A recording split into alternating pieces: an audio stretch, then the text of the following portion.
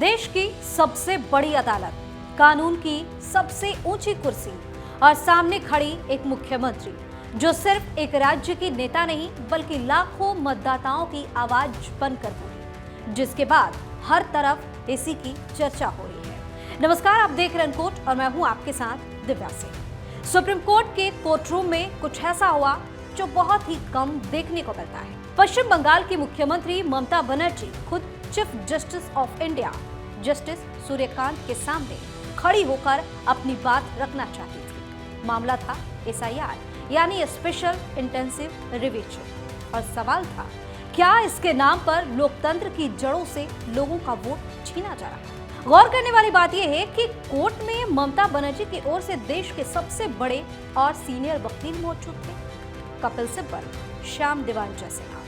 लेकिन इसके बावजूद भी सीएम ममता बनर्जी ने खुद अदालत से अनुमति मांगी कि वह कुछ कहना चाहती हैं और फिर सुप्रीम कोर्ट के उस कोर्ट रूम में एक अलग ही नजारा देखने को मिला। खबर है कि सुनवाई की शुरुआत में ममता बनर्जी का लहजा बेहद ही शांत था, आवाज में भावुकता साफ झलक रही थी। उन्होंने कहा, मैं आप सभी माननीय जजों से विनती करती हूँ, कृपया मेरी बात सुनी जाए। जब न्याय दरवाजे के पीछे रो रहा हो तो चुप रहना भी एक पाप हो जाता है। ममता ने बताया कि उन्होंने कई बार निर्वाचन आयोग को चिट्ठी लिखी, लेकिन उनकी बातों को अनसुना कर दिया गया। उसी कोर्ट रूम में उनके ठीक पीछे सांसद कल्याण बनर्जी खड़े थे, जिनसे ममता बनर्जी बीच बीच में बांग्ला में सलाह मशवरा करती हुई नजर आ रही थी। जैसे ही ममता बनर्जी अपनी बात विस्तार से रखने लगी, चीफ जस्टिस सूर्यकांत ने हस्तक्षेप किया। CJI ने साफ शब्दों में कहा, पश्चिम बंगाल राज्य ने याचिका दायर की है, आपकी ओर से देश के बेहतरीन वरिष्ठ अधिवक्ता मौजूद हैं, कपिल सिब्बल और श्याम दीवान, आपकी सभी दलीलें रिकॉर्ड पर रख रहे हैं। CJI ने यह भी जोड़ा कि हर समस्या का कोई न कोई समाधान होता है ताकि कोई भी निर्दोष नागरिक वोटिंग अधिकार से वंचित न हो। लेकिन ममता बनर्जी यही नहीं रुकी, उन्होंने फिर आग्रह किया और कहा कि माननीय मुख्य न्यायाधीश महोदय, मैं कुछ तस्वीरें कोर्ट के सामने पेश करना चाहती हूँ, रखना चाहती हूँ। ममता ने साफ किया कि ये तस्वीरें उनकी निजी नहीं है, बल्कि बड़े अखबारों में प्रकाशित हुई हैं। उनका आरोप था कि पूरी SIR प्रक्रिया नाम जोड़ने के लिए नहीं बल्कि नाम हटाने के लिए चलाई जाती। और इसके बाद अचानक से ममता बनर्जी का लहजा जो था वो बदल गया। भावुकता की जगह अब सख्ती और आरोप थे। उन्होंने कहा कि पश्चिम बंगाल को जानबूझकर टारगेट किया जा रहा है। चुनाव के ठीक पहले SIR के नाम पर लोगों को परेशान किया जा रहा है। ममता का दावा था कि इस प्रक्रिया से जुड़े मामलों में 100 से ज्यादा लोगों की मौतें हो गई।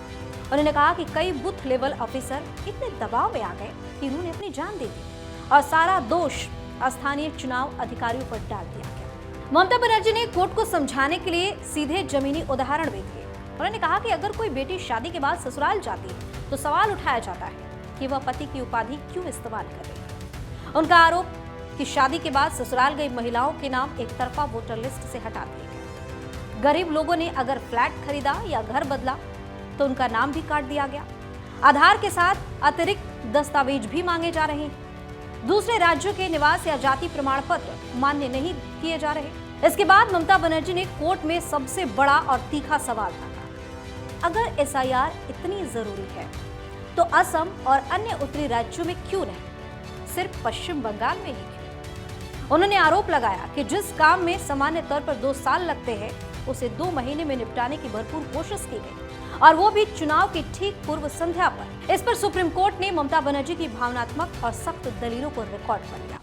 कोर्ट ने साफ संकेत दिया कि मामला राज्य बनाम निर्वाचन आयोग का है और सभी तर्क वरिष्ठ वकीलों के जरिए कानूनी रूप से पेश किए जाएंगे। लेकिन एक बात कोर्ट ने साफ कही, हर नागरिक का वोटिंग अधिकार सर्वोपरि है।